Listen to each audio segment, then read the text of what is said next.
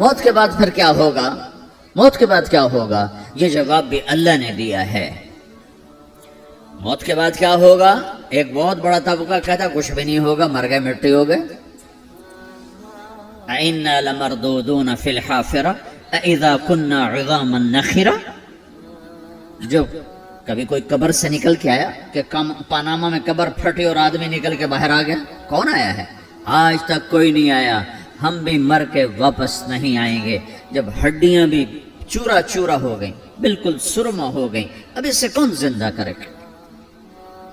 آسمین while آیا ہمارے نبی کے پاس اور اس کے ہاتھ میں پرانی ہڈی بالکل نرم ہو گئی، تو اس نے آپ کے سامنے ہڈی کو ایسے مسلا، ایسے، تو وہ بالکل سرما بن گئی، تو اس کو پھونک ماری تو ہوا میں اڑ گئی۔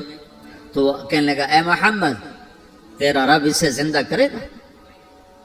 تیرا رب اسے زندہ کرے گا؟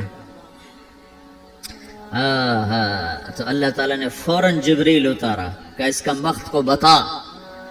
اولم یر الانسان انا خلقناہ من نطفۃ فاذا هو خصیم مبین۔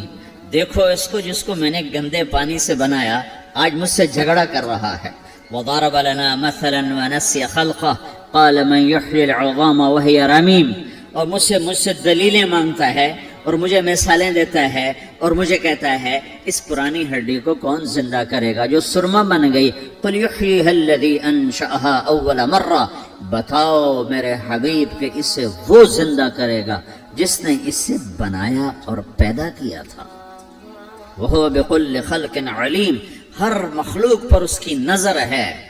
اندھیرا اجالا برابر ہے، اوپر نیچے برابر ہے، زمین کا اندر زمین کا اوپر برابر ہے، سمندر کے اوپر سمندر کے نیچے برابر ہے۔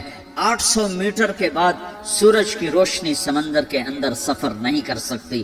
800 میٹر کے بعد نیچے اندھیرا ہے، کالی رات ہے، اوپر 12 بجے کا سورج ہے اور آسمان صاف ہے اور چمکتی دھوپ ہے، اور سمندر میں 800 میٹر کے بعد اندھیرا ہے اور اس میں کھرب ہا کھرب ملین ٹریلین اللہ مچھلیوں کو پیدا بھی کرتا ہے، زندگی بھی دیتا ہے، رزق بھی دیتا ہے، موت بھی دیتا ہے، غذا بھی پہنچاتا ہے۔ کسی ایک سے ایک لمحے کے لیے میرا رب غافل نہیں ہے۔